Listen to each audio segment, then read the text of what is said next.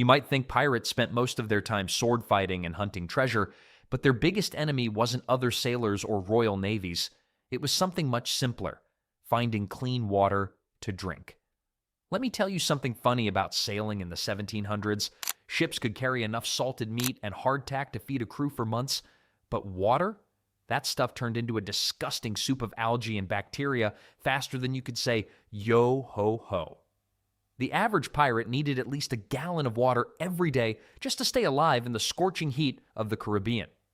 Do the math. For a crew of 50 pirates, that's 50 gallons daily. No wonder water was more valuable than gold sometimes. Here's where things get interesting and kind of gross. Some desperate pirates actually tried drinking seawater when they ran out of fresh water. Bad idea. Really bad idea. Seawater has about 3.5% salt content, which is way more than our bodies can handle. Drinking it basically tells your kidneys, hey, time to work overtime. Your body uses more water trying to get rid of all that salt than the amount of water you drank in the first place. Some pirates learned this the hard way, and let's just say it wasn't pretty. I once read about a pirate ship that had been running low on water for days, and some crew members were so thirsty they started drinking seawater mixed with wine, thinking the alcohol would make it safe. Spoiler alert, it didn't. Most of them got violently sick, and it actually made their situation way worse. Now, you'd think someone would have come up with a better solution, but remember, this was long before plastic containers or water purification systems. The best they could do was try to keep their water in the coolest part of the ship, usually in the hold below deck. But even then, the rolling of the ship, the heat, and the humidity meant that clean water was always a precious commodity. The water situation got so bad sometimes that pirates would completely change their planned routes just because they heard about a freshwater spring on some random island. Imagine being the most feared pirates in the Caribbean, but having to make a detour because you're dying for a drink of clean water. Talk about ruining your fearsome reputation. Speaking of reputations, there's a lesser-known story about the infamous Blackbeard. Everyone knows him as this terrifying pirate who put smoking fuses in his beard to scare people. But what most don't know is that he was actually pretty clever about water management. He would specifically target ships that he knew were carrying fresh water supplies along with their cargo. Smart guy, right? When things got really desperate, pirates had to turn to their most reliable backup plan, the sky itself. And trust me, when those rain clouds appeared on the horizon, you'd never see a crew move faster to their positions. The moment a storm rolled in, the entire ship transformed into one giant water-catching machine. The deck became busier than a seafood market on discount day. Pirates actually had a whole system worked out for catching rain. The sails, those massive sheets of canvas that usually caught the wind, became giant funnels when tilted just right. During storms, you'd see crew members adjusting the sails at specific angles, creating what they called water channels. Sometimes they'd fight over who got to position which sail because everyone knew the forward sails caught the cleanest water. Less bird poop to deal with, if you know what I mean. The clever part was how they used every single surface on the ship. Those wooden railing gutters that usually kept seawater from washing across the deck. During rainstorms, they became water highways, channeling precious fresh water straight into waiting containers. Some creative pirates even carved extra grooves into the deck planking to help guide more water toward their collection points. But it wasn't all smooth sailing. Pun totally intended. Rain collection came with its own set of problems. First off, the initial rain that hit the ship was usually pretty dirty. Birds had been doing their business on those sails for weeks, and the salt from sea spray had built up everywhere. Smart pirates would let the first few minutes of rainfall wash everything clean before they started collecting. They called it letting the deck have its bath. Here's a funny detail most history books don't mention. During big storms, you'd see pirates running around with their hats upside down trying to catch extra water. Some would even strip off their shirts and wring them out into containers. One account from a Spanish merchant ship describes watching a pirate crew looking like they were doing some bizarre rain dance when really they were just trying to maximize their water collection. But you couldn't always count on rain. Sometimes ships would go weeks without seeing a single cloud. That's when pirates got really creative with their water preservation techniques. They had strict rules about water usage, even stricter than the rules about fighting or sharing treasure.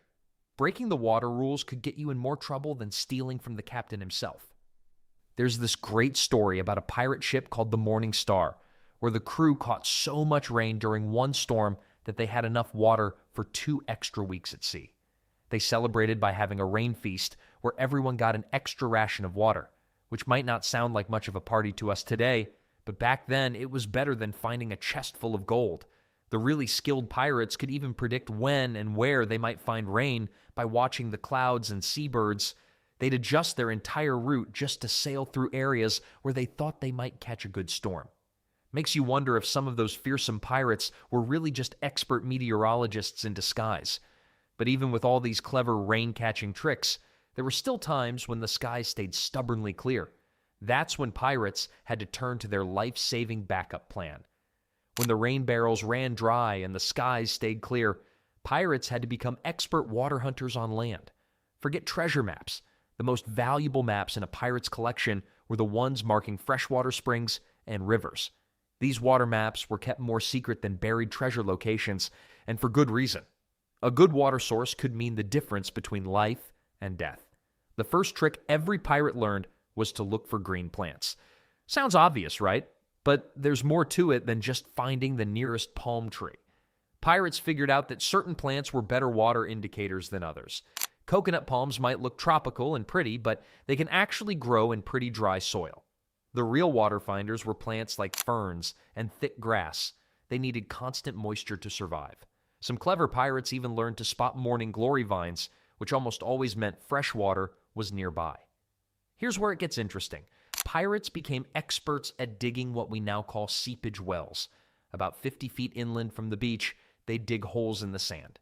Slowly, these holes would fill with filtered fresh water. The sand acted like a natural filter, keeping the salt water out while letting fresh groundwater seep in. Pretty smart for a bunch of guys who spent most of their time breaking the law. But my favorite water-finding technique has to be what I call the bird trick. Pirates would watch for birds, especially in the early morning or late afternoon. Birds need to drink too, and they usually do it at the same time each day. If you saw a group of birds all flying in one direction, chances were good they were heading for water. One pirate captain wrote in his journal that he found his best water source by following a flock of parrots. Though he complained that they made so much noise, it was like they were mocking him the whole way there. Sometimes pirates got really desperate and had to raid coastal towns just for water. Talk about awkward. Imagine being the most feared pirates in the Caribbean, and instead of stealing gold and jewels, you're running off with barrels of water. There's actually a funny story about a pirate crew that raided a Spanish settlement in 1718. They stole all the water barrels, but felt so bad about it that they left behind a small bag of gold coins as payment. I guess even pirates had their moments of guilt. The really skilled water hunters learned to read the land itself. They looked for V-shaped valleys, which often had streams running through them. In rocky areas, they searched for dark streaks on cliff faces, which meant water was seeping out of the rock.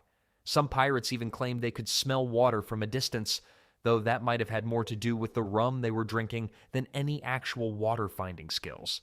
Some pirate crews actually kidnapped local guides who knew where to find water, but this often backfired hilariously. One captured guide led a crew in circles for 3 days before they realized he was just messing with them. Another guide took them to a spring all right, one that was home to a bunch of very unhappy crocodiles. After a few incidents like that, most pirates decided it was better to make friends with locals rather than force them to help. One of the cleverest techniques I've heard about was the dew collection trick. Pirates would dig slanted holes and line them with large leaves. In the morning, dew would collect on the leaves and run down into containers. It wasn't much, but when you're desperate for fresh water, every drop counts. But finding water was only half the battle. Once pirates had their precious fresh water, they needed somewhere to store it. And those wooden barrels they used weren't exactly the best containers. The biggest challenge pirates faced wasn't actually getting water, it was keeping it drinkable in those massive wooden barrels. These weren't your backyard beer kegs. We're talking about huge hogshead barrels that could hold 63 gallons each. A decent-sized pirate ship would need about 30 of these monsters just to hold enough water for a month at sea. Do the math. That's nearly 2,000 gallons sloshing around in the hold. The real enemy wasn't the barrels themselves, but what started growing inside them after a few weeks at sea.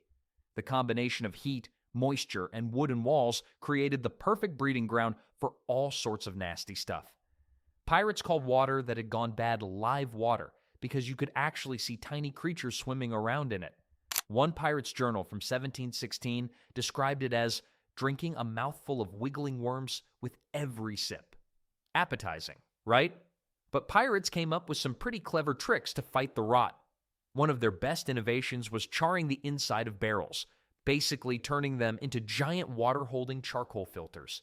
They'd burn the inside layer of wood until it turned black, creating a protective barrier.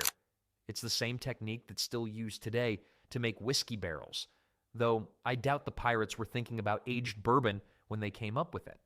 Pirates discovered that dropping silver coins into their water barrels helped keep the water fresh longer. They didn't know about bacteria back then, but they knew silver had some kind of magical purifying power. Modern science has proven they were actually onto something. Silver really does have natural antibacterial properties. Talk about striking gold with silver. The most meticulous pirates would seal their barrel seams with a mixture of tar and resin. Some crews even developed their own secret recipes for barrel sealant, mixing in everything from beeswax to coconut oil. There's a story about one pirate captain who was so protective of his barrel sealing formula that he would make his crew turn their backs while he applied it.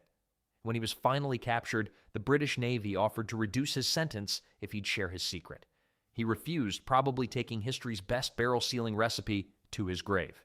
Temperature was another huge factor in water storage. Pirates figured out that keeping barrels in the coolest part of the ship helped slow down the rot. But here's the problem. The lowest deck of a ship, where it was coolest, was also where the ship moved the most. So you had to choose between slightly less rotten water or barrels that weren't constantly trying to break free and roll around the hold like bowling balls in an earthquake. One particularly enterprising crew tried wrapping their barrels in wet sailcloth, hoping the evaporation would keep them cool. Great idea in theory, but all they ended up with was moldy sailcloth and water that still went bad. Another crew tried painting their barrels white to reflect heat, only to discover that white paint in the 1700s contained lead. That definitely made the water last longer, but for all the wrong reasons. The funniest attempts at water preservation came from superstitious pirates who thought bad water was caused by evil spirits. They'd perform elaborate blessing ceremonies over new barrels, complete with chants and dances. One crew even hired a water witch to bless their barrels. Surprisingly, their water did stay fresh longer, probably because the witch was secretly adding charcoal to the barrels when no one was looking. But even with all these clever tricks, pirates still had to deal with water that went bad. When the barrel water started turning green and growing things, they needed a backup plan. And that's where they got really creative with their own DIY systems. Their DIY water filtration methods ranged from surprisingly clever to hilariously desperate. Ever tried to filter water through your hat? Well, pirates did, though I wouldn't recommend drinking anything that's been through a pirate's hat. The basic pirate water filter was pretty simple. Take a piece of clean cloth or what passed for clean on a pirate ship, stretch it over a container, and pour the gunky water through it. This caught the big stuff, like those tiny wiggling worms and bits of floating algae.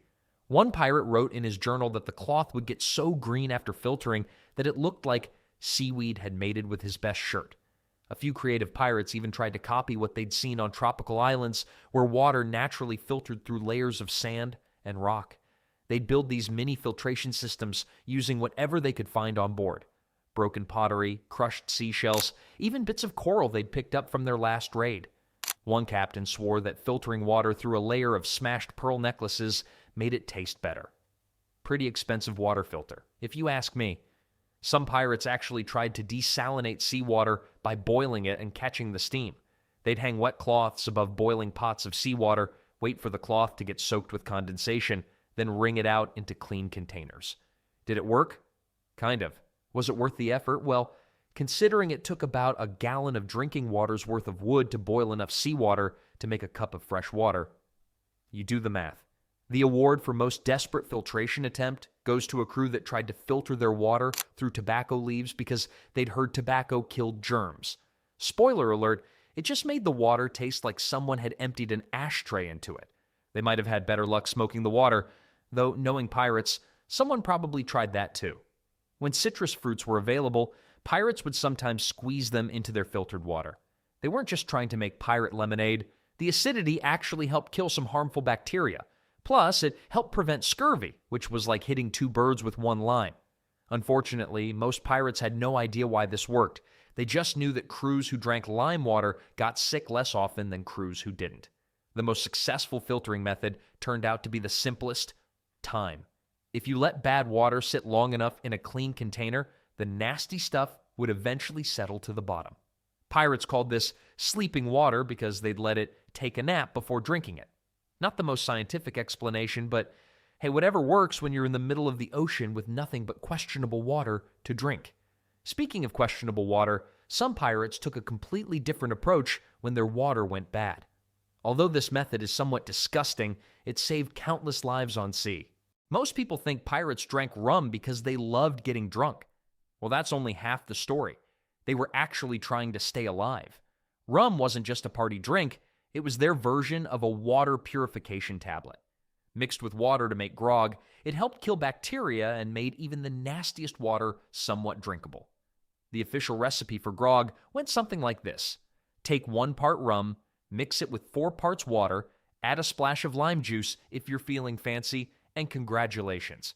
You've just made yourself a pirate's version of a water treatment plant.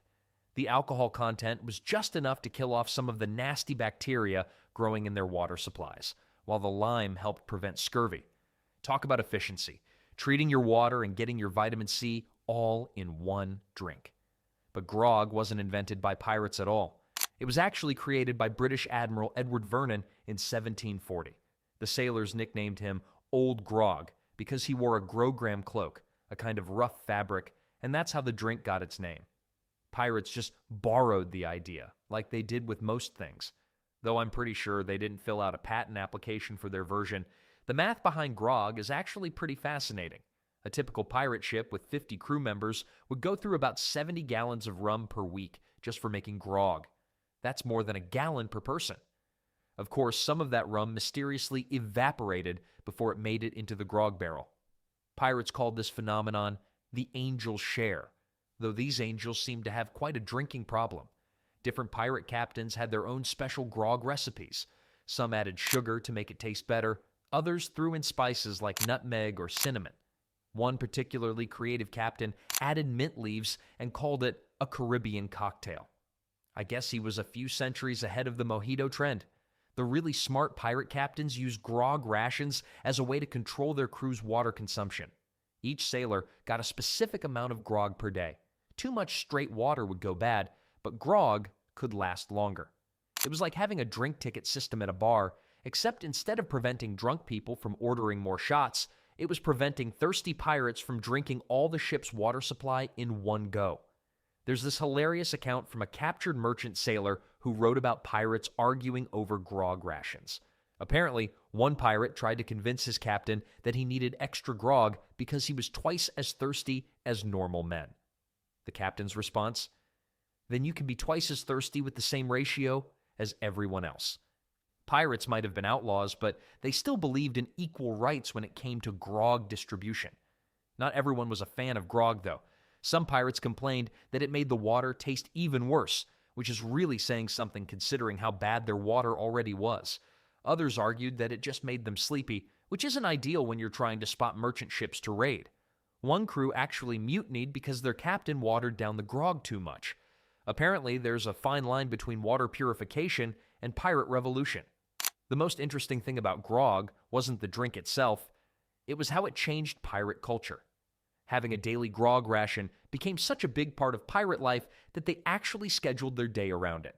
You didn't attack another ship until after grog time, and you definitely didn't start any serious arguments until everyone had their daily ration. Even with all these methods, rain catching, land hunting, barrel storage, grog mixing, and DIY filtering, pirates still struggled with keeping clean water on their ships. But that's what made them so resourceful.